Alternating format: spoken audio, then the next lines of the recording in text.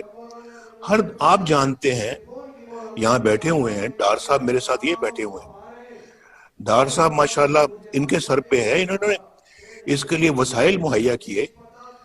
ڈار صاحب بھی جانتے ہیں، خواجہ آصف بھی جانتے ہیں، شاہد عباسی بھی جانتے ہیں، اور اپنا ڈار صاحب اور کون سے تھے جو بڑے اس معاملے میں ایکٹیو تھے. اور میں ان سیکرٹریوں کو بھی، سرکاری افسروں کو بھی میں بہت ان کا شکر گزار ہوں جنہوں نے ہمارا ساتھ دیا اس معاملے میں، کہ ہم نے اپنا یعنی ہر دوسرے تیسرے دن پرائم منسٹر ہاؤس میں میٹنگیں ہوتی تھی، اور بجلی واپس لانے کے لیے گیس کو پاکستان میں جو ہے نا وہ سپلائی کرنے میں میرا خیال ہے کہ ہم نے کوئی کسر نہیں چھوڑی. اور پھر اس کے بعد یہ تو ایک سیکٹر ہے نا.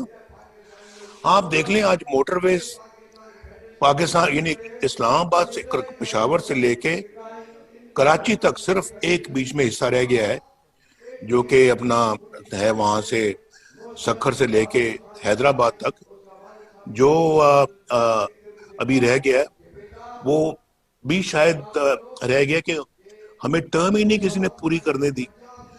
ہمارا ٹینیور جو ہے وہ اپنا جو ہے نا وہ اس میں پورا نہیں ہو سکا، ورنہ اس کی بھی بنیاد رکھ کے ہم جاتے.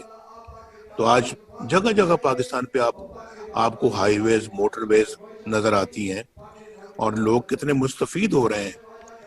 تو اس میں ماشاءاللہ حسن اقبال صاحب کا بھی بہت بہت شکریہ جنہوں نے اس کی ساری پلاننگ کی، اور پھر ڈار صاحب کا شکریہ جنہوں نے اس کے لیے پیسے فراہم کیے، اور پھر دھرنوں کے باوجود ہم نے وہ سب کچھ اکمپلش کیا جو اس ملک کی ضرورت تھی. اور پھر 4 سال، میں تو 4 سال رہا، 4 سالوں میں ہم تقریباً بہت کچھ کر گئے تھے. اور پھر آپ ہماری جو ہے وہ گروتھ ریٹ آپ دیکھ لیں، گروتھ ریٹ ماشاءاللہ کتنا بڑھ گیا تھا، اور 5.8% پہ جو ہے وہ گروتھ ریٹ ہم چھوڑ کر گئے ہیں، جو کہ آج نیگیٹو چلا گیا ہے. تو میں یہ سمجھتا ہوں کہ یہ کیا ہے، تو میں یہ سمجھتا ہوں کہ آج اپنا جو ہے وہ اللہ کے فضل و کرم سے جو ہے وہ یہ سب جانتے ہیں کہ ہماری کیا خدمات ہیں اس ملک کے لیے. دہشت گردی کے خلاف ہم جنگ جیت کر گئے، اور پھر پاکستان کو جو ہے وہ گرے سے ہم وائٹ میں لے کے آئے، فیٹف میں، اور سب کچھ آپ کے سامنے ہے.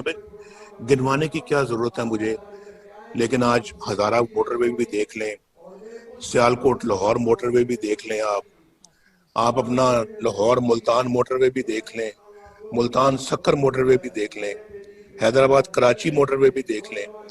بلوچستان میں ہمارا بنی ہے، بلوچستان کے اندر جو ہے اللہ کے فضل و کرم سے ہائی ویز ہم نے بنائی ہے، صرف یعنی پنجاب کے اندر نہیں، بلوچستان اور پھر گوادر کو کوئٹہ سے ہم نے ملایا ہے. یہ کوئی چھوٹا منصوبہ نہیں ہے. اور بہت ساری سڑکیں بنائی ہیں. اور ابھی دیکھیں یہ جو ڈیرہ اسماعیل خان سے یعنی اسلام آباد سے ڈیرہ اسماعیل خان سے یہ کوئٹہ، یہ انڈر کنسٹرکشن ہے، اس کا کافی حصہ سنا بن بھی چکا ہے. اور پھر اپنا جو ہے وہ سندھ کے اندر سے یہ موٹر وے ساری گزر رہی ہیں. ہمارے تو بڑے بڑے منصوبے تھے جو زیر تکمیل تھے اور بہت سارے آج شاید مکمل ہو چکے ہوتے, باقی بھی جو رہ گئے ہیں. تو میں کہنا یہ چاہتا ہوں کہ ہمارے زمانے میں آدمی بھی سکھ کی زندگی گزار رہے تھے, پاکستانی سکھ کی زندگی گزار رہے تھے, لوگوں کو روزگار مل رہا تھا, لوگوں کو اپنا جو ہے وہ ان کو چیزیں جو ہے روزمرہ کی وہ دستیاب تھیں, یعنی کہ کوئی مہنگائی نہیں تھی, مہنگائی کا کوئی ایشو نہیں تھا پاکستان میں. تو آج تو ان کا جینا دوبر ہو گیا ہے. تو یہ جو جدوجہد آپ جو کرنے کا جو ارادہ رکھتے ہیں, وہ جو سب سے زیادہ اس کی جو ضرورت ہے وہ صرف اور صرف ان 21 کروڑ عوام کے لیے ہے, یہ عوام کے لیے ہے جو جن کے دکھوں میں اور مشکلات میں آج بے پناہ اضافہ ہو چکا ہے. مجھے کوئی کہہ رہا تھا کہ جناب آج تو پاکستان کے اندر, یہ مجھے بہت ایک سمجھدار بندے نے یہ بات کہی ہے کہ آج کے زمانے میں جتنی کوئی لوگ کمائی کر رہے ہیں اس کمائی سے وہ نہ اس اپنے اخراجات کو پورا نہیں کر سکتے, اخراجات کے ساتھ ساتھ نہ اپنے بچوں کو پڑھا سکتے ہیں, نہ وہ بجلی کا بل دے سکتے ہیں جو بم بن کے ان پہ گر رہا ہے, نہ وہ گیس کا بل دے سکتے ہیں, نہ وہ دوائیوں کا خرچہ اٹھا سکتے ہیں. آج دوائیوں کی قیمتیں آسمان سے باتیں کر رہی ہیں. صرف لائف سے سیونگ دوائی جو ہے وہ بھی عوام کی پہنچ اور عوام کی رسائی سے باہر ہے. آپ مجھے بتائیں کہ کس طرح سے جو ہے وہ اپنا لوگ اس وقت زندگی بسر کر رہے ہیں. مجھے کوئی آج بتا دے کوئی, وہ کہنے لگے کہ مجھے سمجھ نہیں آتی کہ آج اچھی خاصی جو تنخواہ ہوتی ہے جو 30,000 روپے تک بھی ہوتی ہے, اس میں جو یہ سارے اخراجات جو ہے نا وہ پورے کرنے کے بعد جو کھانا اس نے پکانا ہوتا ہے اس کے لیے روٹی آٹے کی قیمت آسمان سے باتیں کر رہی ہے. آج تو میں پڑھ رہا تھا کہ اب آٹا جو ہے نا آگے ناپید ہونے والا ہے, گندم ہی نہیں باہر سے امپورٹ کی گئی. بھائی ایک زمانہ تھا ہمارا, بھائی گندم امپورٹ چھوڑ کر ایکسپورٹ ہوا کرتی تھی, آج اپنا امپورٹ جو ہے نا وہ کی جا رہی ہے. اس کے لیے بھی آپ کو زر مبادلہ چاہیے, اور یہ اب امپورٹ کر کے تو وہ وقت پہ بھی نہیں اب آ سک رہی, تو شاید دسمبر میں قیمتیں اور زیادہ بڑھ جائیں گی اور گندم کی کمی اس ملک کے اندر آ جائے گی. چینی کی قیمتیں آپ دیکھ لیں, اور شہباز صاحب جو ہے نا وہ انہوں نے میں سمجھتا ہوں کہ ہم ان کی تعریف کرنی چاہیے جو انہوں نے انتہائی پریشر کے باوجود چینی کی قیمتیں نہیں بڑھنی تھی. ہم شاید 50 روپے کلو تھی جب ہم آئے تھے, اور 50 روپے ہی ہم چھوڑ کے گئے, اور لیکن آج جب سے ہم چھوڑ کے گئے ہیں تو 50 سے آج 100 روپیہ کلو چینی ہو گئی. کوئی ہے پوچھنے والا, مجھے بتائیں, کوئی دیکھنے والا ان چیزوں کا ہے؟ اور پھر میں نے آپ کو یہ پہلے کہا, میں نے کہا کہ پہلے تو آپ اپنے آپ سے پوچھیں نا کہ کیا ہم حق اور سچ پر ہیں. اگر ہم حق اور سچ پر ہیں تو پھر میرا خیال ہے کہ ہمیں کوئی تامل نہیں ہونا چاہیے, کوئی ہیزیٹیشن یا تحفظ نہیں ہونا چاہیے کہ ہم ان چیزوں کے خلاف جو ہے وہ برسر پیکار ہوں. تو میں کیا پاکستان میں پوچھ رہا تھا کہ جو کچھ ہم ہو رہا ہے وہ صحیح ہے, اور الیکشنوں پہ بات ہو رہی تھی کہ کیا الیکشن میں جو دھاندلی ہوئی ہے وہ صحیح تھی, اس کو مان لیں ہم. میرا تو ضمیر اس کو قبول نہیں کرتا, اور میں اسی پہ بات پہ میں نے کہا تھا کہ سیاست اور نو سیاست, کوئی انسان کا ضمیر بھی ہوتا ہے, کوئی انسان کی سیلف رسپیکٹ بھی ہوتی ہے. آج تو ہم انگریزوں کی غلامی سے نکل کر آپ اپنوں کی غلامی میں آ گئے ہیں. ہم کوئی فری سٹیزن تو نہیں ہیں آج. آپ پوچھیں اپنے آپ سے, آپ ہیں؟ پوچھیں, ذرا پوچھ کے دیکھیں آپ. جس پارلیمنٹ کے ممبر ہم بنے ہوئے ہیں وہ پارلیمنٹ کتنی خود مختار ہے. مجھے لوگوں سے پتہ لگتا رہتا ہے کہ وہاں اس پارلیمنٹ کو کوئی اور چلا رہا ہے, وہاں پھر جو ہے نا وہ دوسرے لوگ ہیں جو آ کے یہ ڈائریکشنز دیتے ہیں کہ جناب آج ایجنڈا یہ ہوگا اور آج اس بل پہ یہ ووٹنگ ہوگی اور فلاں کل یہ ہوگا، کمیٹی فلاں بل کو منظور کرے، فلاں بل کو دیکھے. تو یہ میں سب جو ہے نا یہ میں سمجھتا ہوں کہ یہ بہت جو ہے نا وہ ہے سوچنے والی باتیں یہ کہ ہم نے تو یہ ہماری تو اسمبلی بھی اب معاف کیجیے گا کمپرومائزڈ. تو اس میں انفارچونیٹلی جو ہے وہ ہماری عدالتوں کا آپ نے دیکھ لیا حال. جو محمد بشیر صاحب کی جو کورٹ تھی وہ کرنل صاحب وہاں سے نکل رہے ہیں اور وہ اس شاباش اس جرنلسٹ کی جس نے اپنا ان سے پوچھ لیا کہ جناب آپ یہاں کیا کرنے آئے تھے اور آپ یہاں پر کس کو ملے ہیں اور ہمیں بھی اجازت دے دیں کہ ہم بھی جج صاحب کو مل سکیں. اور وہ کتاب سے وہ منہ چھپا رہا ہے اپنا. کیا ضرورت تھی چھپانے کی اگر دل میں چور نہیں تھا؟ دل میں چور تھا تو منہ چھپایا نا. بات کرنے کی، جواب دینے کی ہمت نہیں تھی کیونکہ سوال صحیح پوچھے جا رہے تھے. تو اس طرح سے جو کیا یہ پھر صحیح ہے؟ اور پھر جو ہے وہ میں کیا یاد کراؤں اب جو یہ ملک ارشد صاحب لے کے گئے ہیں، جو کہہ گئے ہیں، ایڈمٹ کر گئے ہیں کہ میں نے انڈر پریشر جو ہے نا یہ فیصلہ سنایا ہے.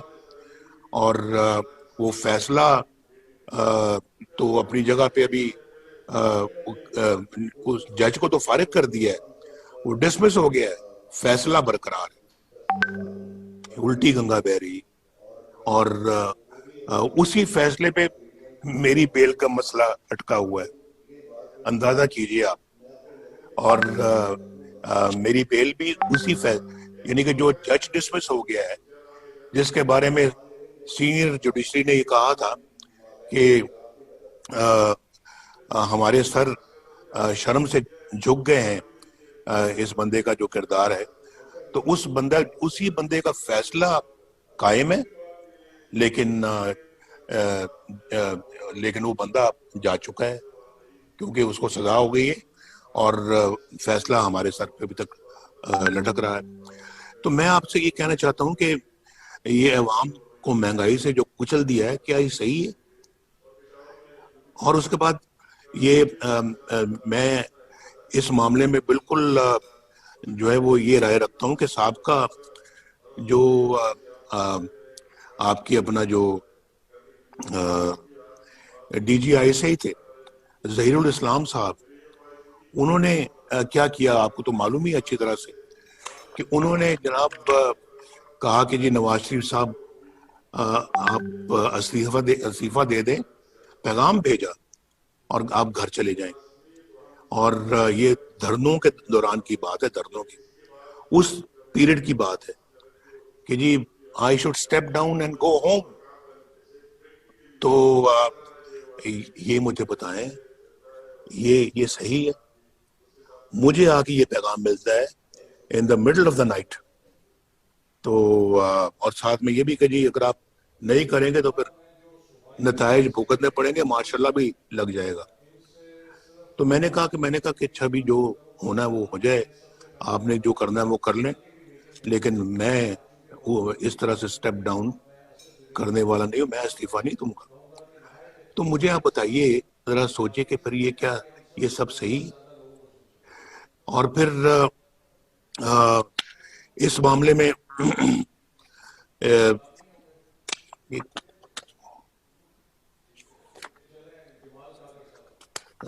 معاف کیجیے گا ذرا.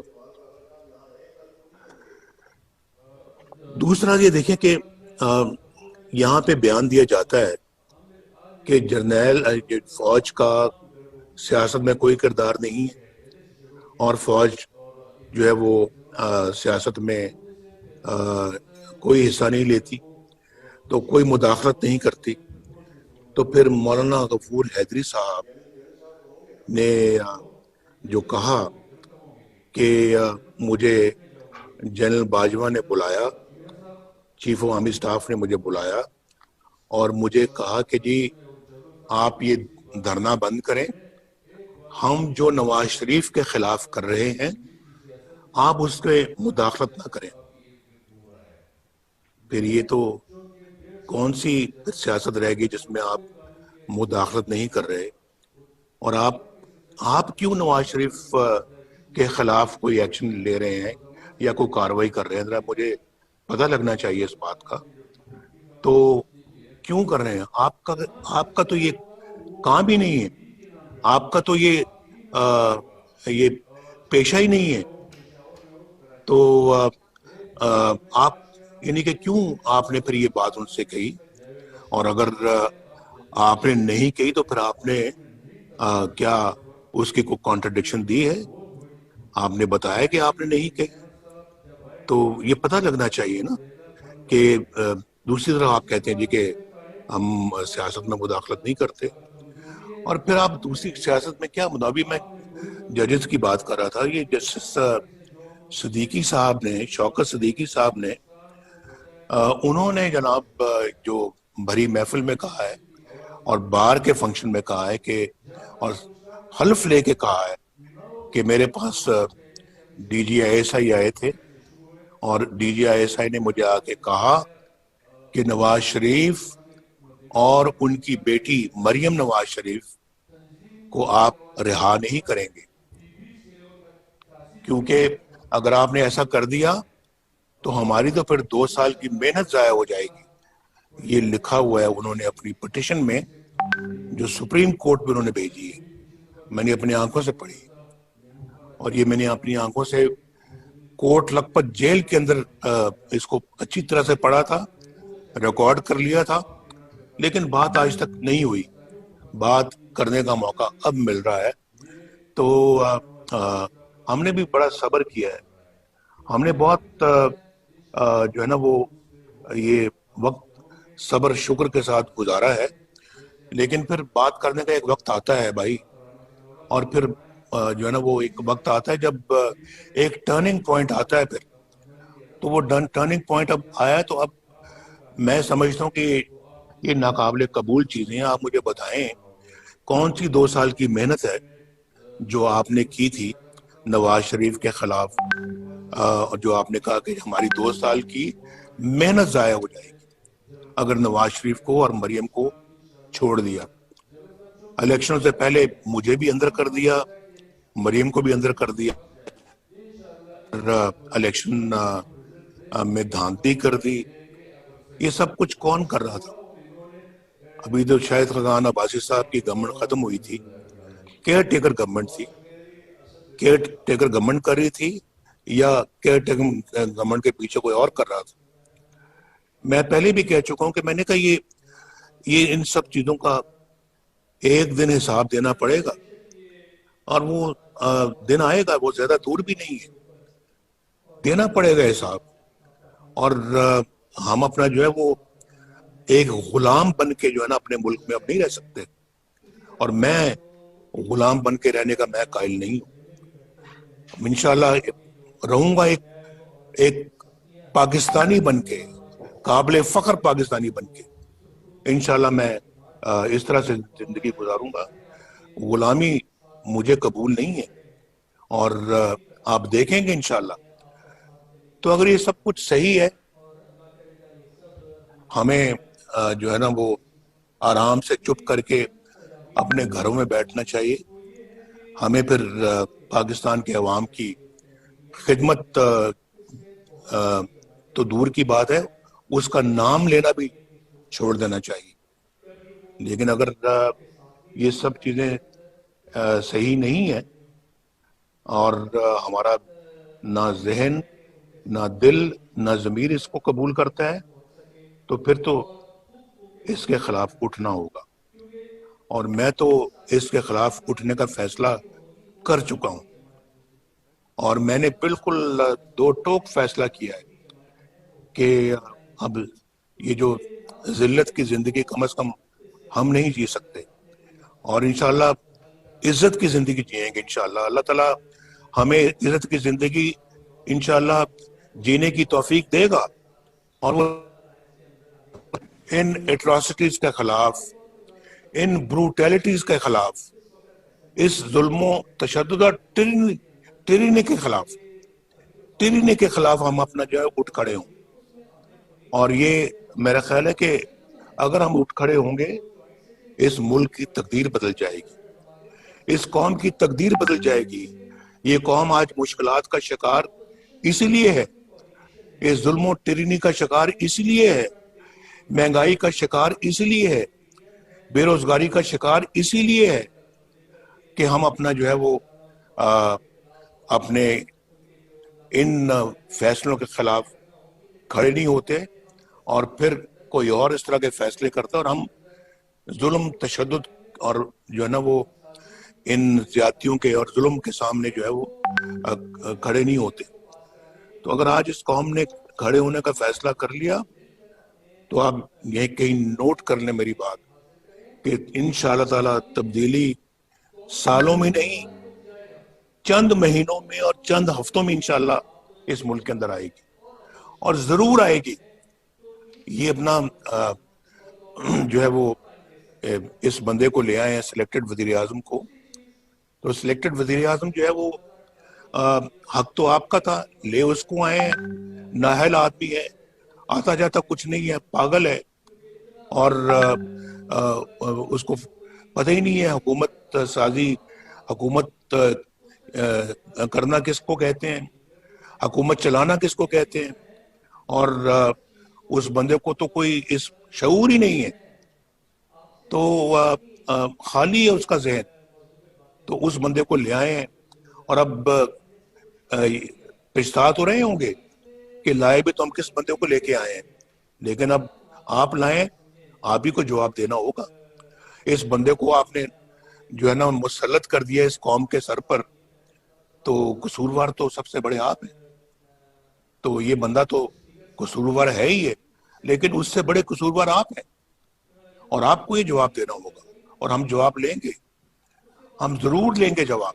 یہ میرا خیال ہے کہ یہ ہماری جو پی ڈی ایم ہے اس کا یہ فیصلہ ہے، اور اس فیصلے کو ہم نے امپلیمنٹ کرنا ہے انشاءاللہ. یہ آج نہیں تو کل نہیں تو 6 مہینے میں، سال میں یہ ہو کر رہے گا. تو شہباز صاحب کو آپ گرفتار کرتے ہیں، یعنی دیکھیں، میں بھی اس بات کی میں احتساب، شہباز صاحب کو تو آپ گرفتار کرتے ہیں، اور شہباز صاحب جو ماشاءاللہ اللہ کے فضل و کرم سے جدی پشتی، جو ماشاءاللہ صنعت کار فیملی سے ان کا تعلق ہے، اور وہ اپنا آج سے نہیں ہے، 1937 سے ہے. تو جب پاکستان بنا تو اللہ کے فضل و کرم سے اچھا بھلا صنعت تھی ہماری اس زمانے میں. اور پاکستان کے بننے کے چند سالوں بعد 1972 کے شروع میں جب ذوالفقار علی بھٹو کی حکومت آئی ہے تو پاکستان میں سٹیل کا سب سے بڑا ادارہ تھا، اس کو نیشنلائز کیا. شہباز صاحب جو کہ ایک انڈسٹریل بیک گراؤنڈ سے ہیں، اور ماشاءاللہ اس زمانے میں اللہ کے فضل و کرم سے ہمارا جو کاروبار تھا 1972 میں اربوں روپے کا کاروبار تھا، اربوں کا. آپ ریکارڈ کی بات ہے، میں غلط نہیں کہہ رہا، ہزاروں لوگ تھے جو کام کرتے تھے ہمارے فیکٹری میں. تو اس کو تو آپ نے پکڑ لیا کہ آپ کے ذرائع جو ہیں وہ میچ نہیں کرتے، آپ کے جو ہیں وہ اس سے آپ کے اخراجات سورسز سے میچ نہیں کرتے. تو بھائی مجھے تو سمجھ نہیں آتی کہ کیوں نہیں میچ کرتے. تو آپ نے عاصم سلیم باجوہ، جنرل عاصم سلیم باجوہ، اس کو تو آپ نے پکڑا ہی نہیں. پکڑا آپ نے شہباز شریف کو لیا ہے. پکڑنا تو اس کو چاہیے تھا آپ کو، جس نے پچھلے 15-20 سالوں میں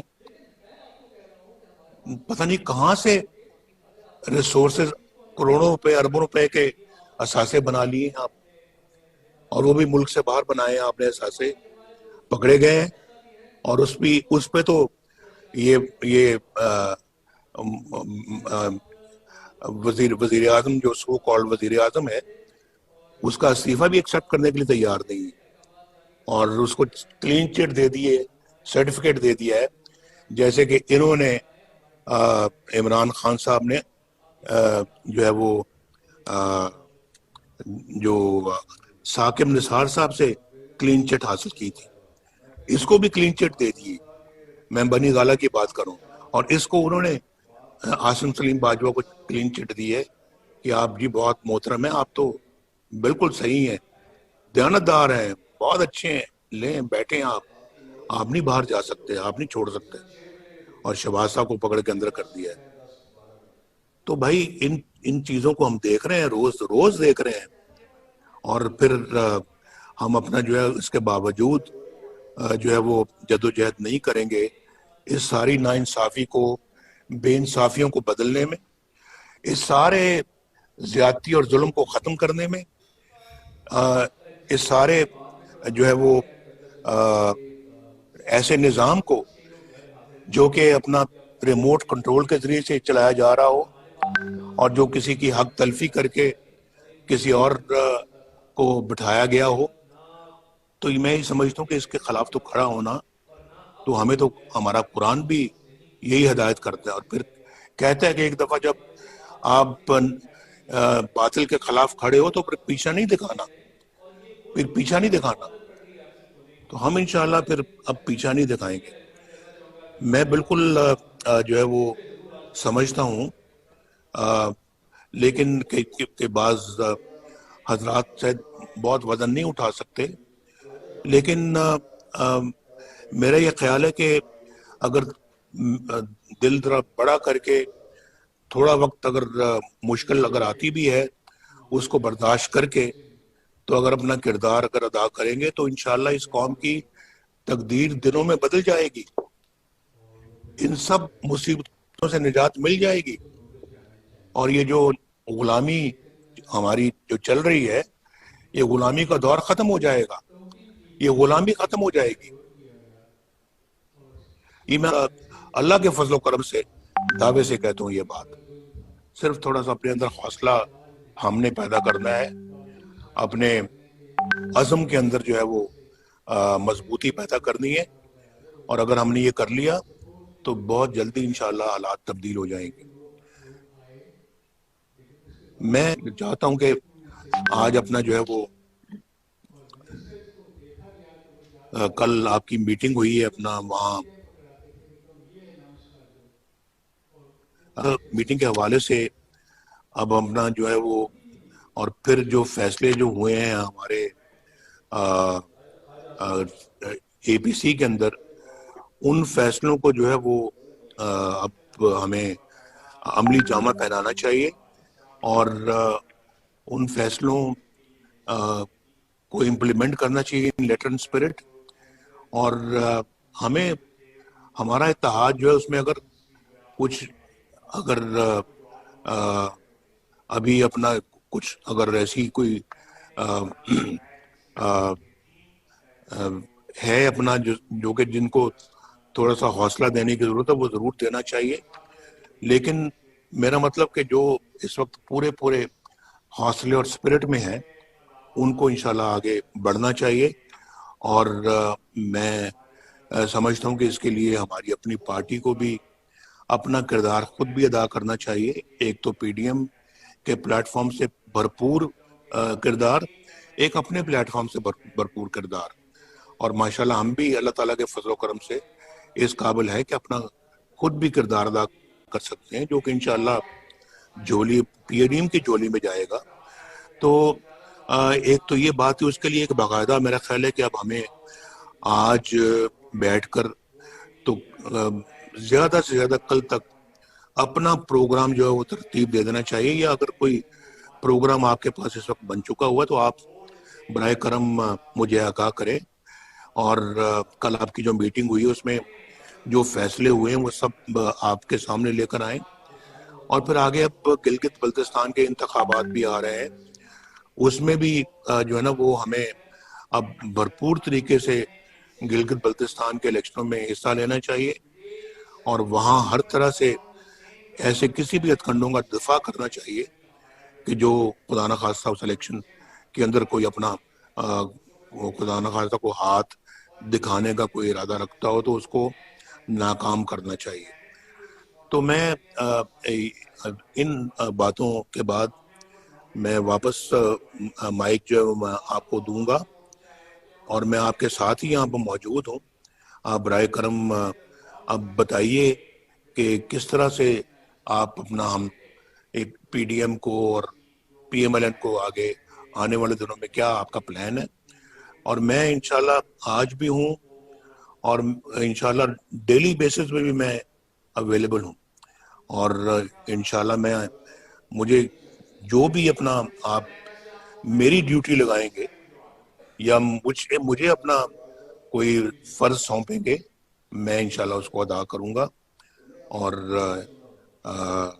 سب کو بہت بہت شکریہ، مجھے آپ نے باتیں سنی ہیں. کل چونکہ سی ڈبلیو سی کا بھی اجلاس ہے، تو اس پہ بھی میں سمجھتا ہوں کہ ہمیں مل کے بیٹھ کے تقریباً یہی بات کرنی پڑے گی. اس میں زیادہ لوگ ہوں گے تو زیادہ سے زیادہ لوگوں تک اپنی بات ہمیں پہنچانی چاہیے. حفیظ الرحمان صاحب کو میں سامنے دیکھ رہا ہوں، اور میں راجہ فاروق حیدر صاحب کو بھی دیکھ رہا ہوں. آپ کو بھی بہت بہت حفیظ الرحمان صاحب سلام. راجہ صاحب آپ کو بھی سلام. اور حفیظ الرحمان صاحب بھی اس سلسلے میں کچھ ہمیں بتائیں گے تو ذرا ہمارے علم میں اور اضافہ ہوگا. بہت بہت شکریہ. آسر اقبال صاحب، واپس آپ کی طرف مائک بھیج رہا ہوں میں.